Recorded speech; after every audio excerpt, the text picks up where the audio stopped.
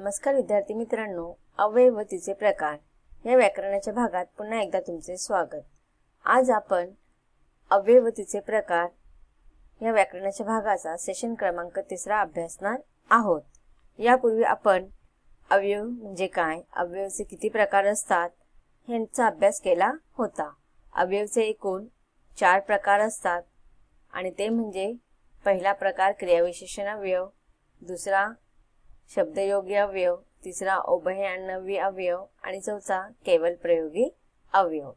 त्यापैकी आपण क्रियाविशेषण अव्ययाचा विस्तारित अभ्यास करत होतो। क्रियाविशेषण अव्ययांचे पण एकूण 4 प्रकार असतात। पहिला आहे कालवाचक क्रियाविशेषण अव्यय, दुसरा आहे स्थलवाचक क्रियाविशेषण अव्यय, तिसरा आहे रीतिवाचक क्रियाविशेषण अव्यय आणि चौथा आहे संख्यावाचक अर्थात परिमाणवाचक क्रियाविशेषण अव्यय। आतापर्यंत आपण कालवाचक क्रियाविशेषण अव्यय आणि स्थलवाचक क्रियाविशेषण अव्यय यांचा वेगवेगळ्या उदाहरणांद्वारे अभ्यास केलेला आहे। कालवाचक क्रियाविशेषण अव्यय यामध्ये आपल्याला विशिष्ट प्रकारच्या काळाचा बोध होत असतो, तर स्थलवाचक क्रियाविशेषण अव्यय मध्ये आपल्याला विशिष्ट प्रकारच्या स्थळ किंवा स्थानाचा बोध होत असतो। या पुढील क्रियाविशेषणाच्या अव्ययांचे प्रकार आपण विस्तारित रूपाने उदाहरणांच्या द्वारे समजून घेऊया। रीतिवाचक क्रियाविशेषण अव्यय। रीतिवाचक क्रियाविशेषण अव्यय म्हणजे काय की वाक्यातील क्रिया कशी घडते किंवा तिची रीत दाखवण्यासाठी जे शब्द वापरतात त्यांनाच आपण रीतिवाचक क्रियाविशेषण अव्यय असे म्हणतो। उदाहरण असे, तसे, जसे, कसे, उगीच, व्यर्थ, फुकट, आपोआप, मुद्दाम इत्यादी जे शब्द आहेत ते रीतिवाचक क्रियाविशेषण अव्यय आहेत। जसे की आपण व्याख्या पाहिलेली की रीतिवाचक क्रियाविशेषण अव्यय म्हणजे काय की क्रियाविशेषणाच्या शब्दावरून किंवा क्रियेवरून ती कशी घडत आहे, तिची रीत कशा पद्धतीची आहे असे शब्द जेव्हा वाक्यामध्ये येतात त्याला आपण रीतिवाचक क्रियाविशेषण अव्यय म्हणतात। मग हे आपण आता जे शब्द उदाहरण म्हणून पाहिले असे, जसे, तसे, कसे, उगीच, मुद्दाम, आपोआप, व्यर्थ, फुकट ते ज्या वाक्यांमध्ये या शब्दांचा प्रयोग केला जातो ते वाक्य नेहमी त्या शब्द रीतिवाचक क्रियाविशेषण अव्यय असणार आहेत।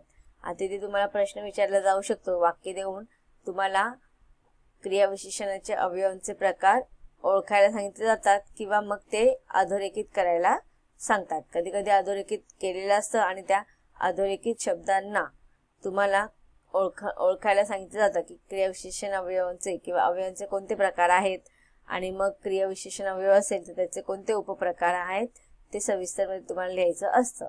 आता इथे आपल्याला उदाहरणं दिलेले ते आपण अधोरेखित करून घेऊया। राहुल सावकाश चालतो, तर राहुल कसा चालतो, सावकाश, म्हणजे त्याची चालण्याची रीत इथे आपल्याला कळत आहे म्हणून या वाक्यामध्ये सावकाश हे रीतिवाचक क्रियाविशेषण अव्यय असणार आहे। तो जलद धावतो, आता तो जलद म्हणजे त्याच्या धावण्याविषयी आपल्याला माहिती दिली जाते, कसा धावतो तो, जलद म्हणजेच लवकर। तर इथे जलद हा शब्द रीतिवाचक क्रियाविशेषण अव्यय आहे। सौरभ हळू बोलतो, सौरभ हळू बोलतो ह्यामध्ये हळू हा शब्द रीतिवाचक क्रियाविशेषण अव्ययाचा प्रकार आहे, कारण की सौरभच्या बोलण्याची रीत आपल्याला कळते, तो कसा बोलतो, हळू, जोरात, पटकन। हे शब्द जेव्हा वाक्यामध्ये येतात तेव्हा ते शब्द रीतिवाचक क्रियाविशेषण अव्ययाचं कार्य करत असतात। अजून काही आपण उदाहरण समजून घेऊया रीतिवाचक क्रियाविशेषण अव्ययाचे। झटकन, पटकन, पटापट, टपटप, चमचम, बदाबद इत्यादी।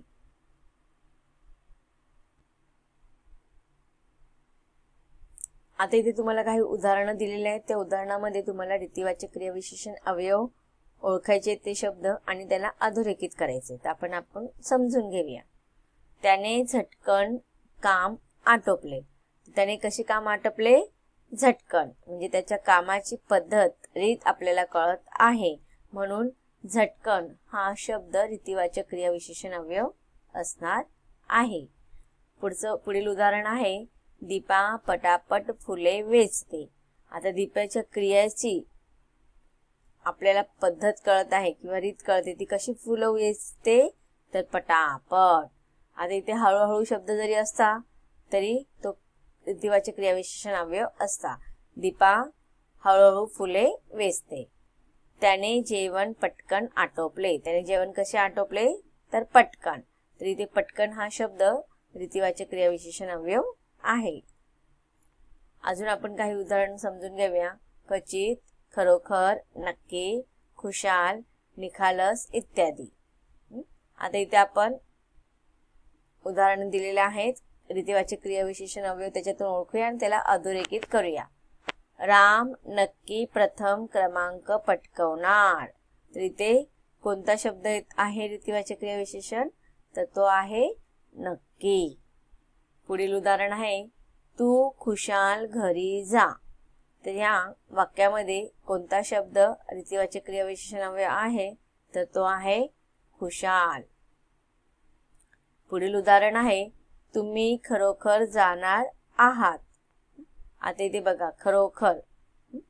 खरोखर हा शब्द रीतिवाचक क्रियाविशेषण अवयव आहे म्हणून तुम्ही कोणत्या शब्दाला अधोरेखित करणार तर खरोखर. पुढील क्रियाविशेषण अवयवचा चौथा प्रकार आहे संख्यावाचक किंवा परिमाणवाचक क्रियाविशेषण अवयव. आता आपण त्याची परिभाषा किंवा व्याख्या समजून घेऊया. वाक्यामधील ज्या क्रियाविशेषणामुळे क्रिया किती वेळा घडली किंवा क्रियेच्या परिमाणाचा बोध होत असेल त्या अवयवास परिमाणवाचक क्रियाविशेषण अवयव असे म्हणतात. आता इथे बघा काय सांगितलेले आहे की वाक्यामधील ज्या क्रियाविशेषणामुळे ती क्रिया किती वेळा घडली म्हणजे किती वेळा, एक वेळा, दोन वेळा, चार वेळा, अनेकदा, बहुदा, कित्येकदा की नाही. मग ह्या आपल्याला त्याच्या संख्येबद्दल किंवा परिमाणाचा बोध होतो. तर अशा शब्दांना आपण त्यावेळेस संख्यावाचक किंवा परिमाणवाचक क्रियाविशेषण अवयव असे म्हणतो. आता आपण संख्यावाचक किंवा परिमाणवाचक क्रियाविशेषण अवयवचे काही उदाहरण समजून घेऊया. उदाहरण कमी, जास्त, किंचित, जरा, काहीसा, थोडा, क्वचित, अत्यंत, अगदी, बिलकुल, मुळीच, भरपूर, अतिशय, मोजके, पूर्ण इत्यादी. तर हे सगळे शब्द काय आहेत संख्यावाचक किंवा परिमाणवाचक क्रियाविशेषण अवयव. पुढचं उदाहरण पाहूया आपण. आता ह्या उदाहरणांना तुम्हाला उदाहरणामध्ये आलेले रीतिवाचक संख्यावाचक किंवा परिमाणवाचक क्रियाविशेषण अवयव ओळखायचे आणि त्याला अधोरेखित करायचे आहेत. उदाहरण आहे मी क्वचित सिनेमाला जातो. तर याच्यामध्ये क्वचित हा शब्द संख्यावाचक किंवा परिमाणवाचक क्रियाविशेषण अवयव असणार आहे. तुम्ही जरा शांत बसा. तर याच्यामध्ये जरा. राम अतिशय प्रामाणिक आहे. तर ह्या उदाहरणामध्ये प्रामाणिक हा शब्द परिमाणवाचक किंवा संख्यावाचक क्रियाविशेषण अवयव येईल. तो मुळीच हुशार नाही. तर या वाक्यामध्ये मुळीच हा शब्द परिमाणवाचक क्रियाविशेषण किंवा संख्यावाचक क्रियाविशेषण अवयव असणार आहे. आता इथे तुम्हाला प्रश्न विचारलेले आहेत, बघूया आपण. खालील दिलेल्या शब्दांचे क्रियाविशेषण अवयवांच्या प्रकारानुसार वर्गीकरण करा. आता इथे बघा काही शब्द दिलेले आहेत.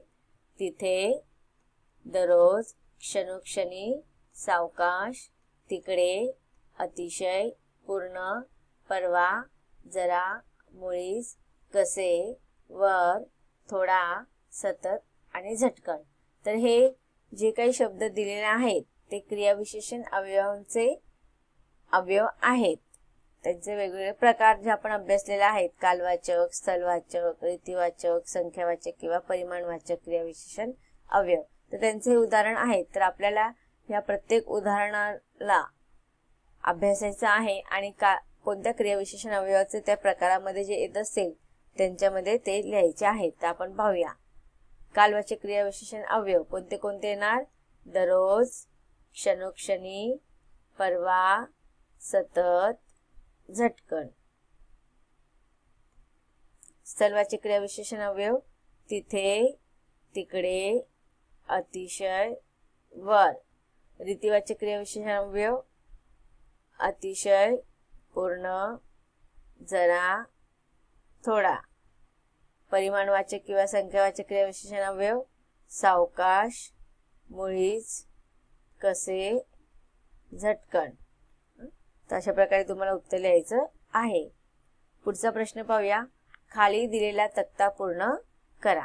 तर आता इथे बघा वाक्य दिलेलं आहे, ते वाक्य आपल्याला वाचायचं आहे आणि त्यामध्ये क्रियापद, क्रियाविशेषण आणि क्रियाविशेषणाचा प्रकार आपल्याला ओळखायचा आहे आणि ह्या तक्त्यामध्ये लिहायचा आहे.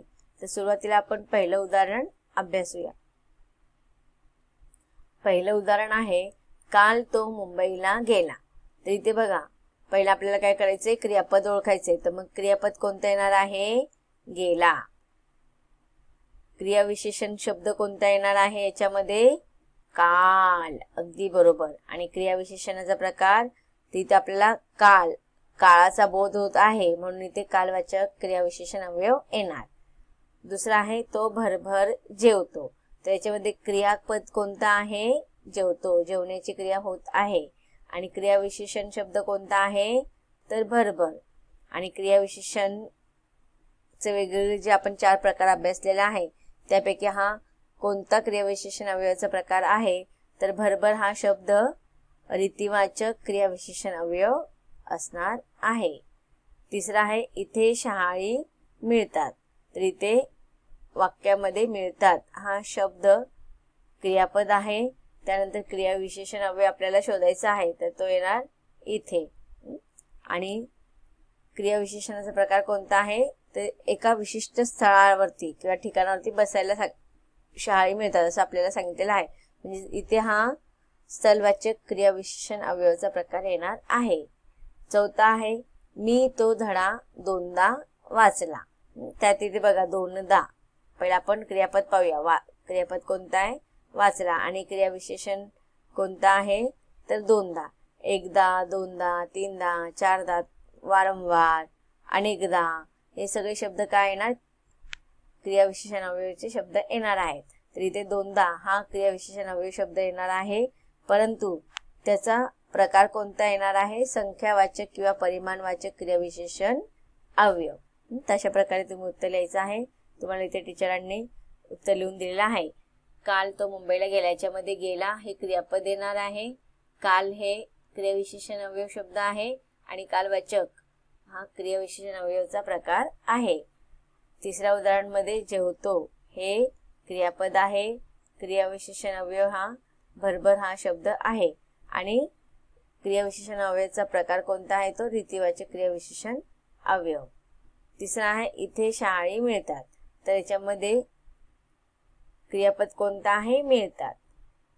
आणि इथे हा शब्द कोणता येणार आहे, क्रियाविशेषण अवयवाचा प्रकार आहे. आणि स्थलवाचक क्रियाविशेषण अवयव येणार आहे.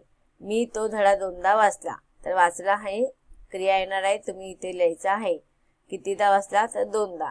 आणि दोनदा या शब्दावरून आपल्याला संख्येचा बोध होत आहे म्हणून इथे आपल्याला त्याला आपण नाव देणार आहोत संख्यावाचक क्रियाविशेषण अवयव. आता पुढचं उदाहरण तुम्हाला दिलेलं आहे, प्रश्न दिलेला आहे, पण अभ्यासूया. खालील वाक्यात कंसातील योग्य रीतिवाचक क्रियाविशेषण अवयव लिहा.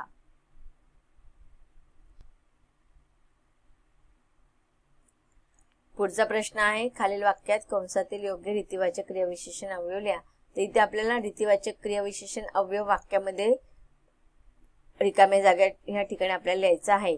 आपल्याला इथे हिरव्या अक्षरामध्ये विकल्पामध्ये कंसामध्ये उत्तर दिलेले आहेत. कोणते शब्द आहेत ते पाहूया आपण. ढसाढसा, सावकाश, टपटप आणि आपोआप.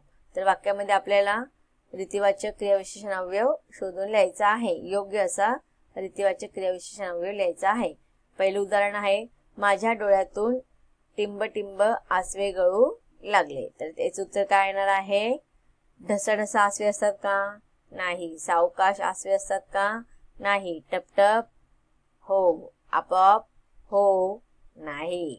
टपटप आपोआप हे शब्द दोघांपैकी कोणता येणार आहे तर टप टप. मग माझ्या डोळ्यातून टप टप आसवे गळू लागले. आता आपोआप पण येणार, पण इथे आपल्याला ओळखायचा आहे कोणता, एक विशिष्ट प्रकारे तो शब्द टाकल्यानंतर एक अर्थपूर्ण असं वाक्य तयार होत आहे. तर ते आहे टप टप. माझ्या डोळ्यातून आपण आसवे गळण्याच्या प्रक्रियेला आपण टप टप असे म्हणतो, म्हणजे रीती.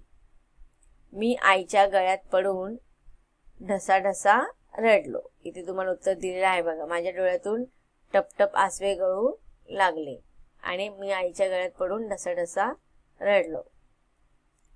पुढचं वाक्य आहे ई रात्र होता सगळ्यांचे डोळे मिटू लागतात. ई माझ्या पक्षाने आपले पंख डॅश फडकवले. तर इथे बघा तुम्हाला विचार करायचा आहे आणि उत्तर लिहायचं आहे. काय सांगितलं? रात्र होता सगळ्यांचे डोळे काय होतात? आपोआप मिटू लागतात. अगदी बरोबर. ई पक्षाने आपले पंख कसे फडकवले? तर इथे येणार आहे सावकाश. बघा इथे तुम्हाला उत्तर दिलेलं आहे. रात्र होता सगळ्यांचे डोळे आपोआप मिटू लागतात. पक्षाने आपले पंख सावकाश फडफडवले. तर विद्यार्थी मित्रांनो, अशा प्रकारे आपण क्रियाविशेषण अवयवाचे विविध 4 प्रकार विविध उदाहरणांच्या माध्यमातून समजून घेतलेला आहे. आता अवयवाच्या पुढील प्रकाराचा आपल्याला विस्तारित रूपात अभ्यास करायचा आहे, परंतु त्याचा अभ्यास आपण पाठाच्या पुढील भागामध्ये अभ्यासणार आहोत. धन्यवाद.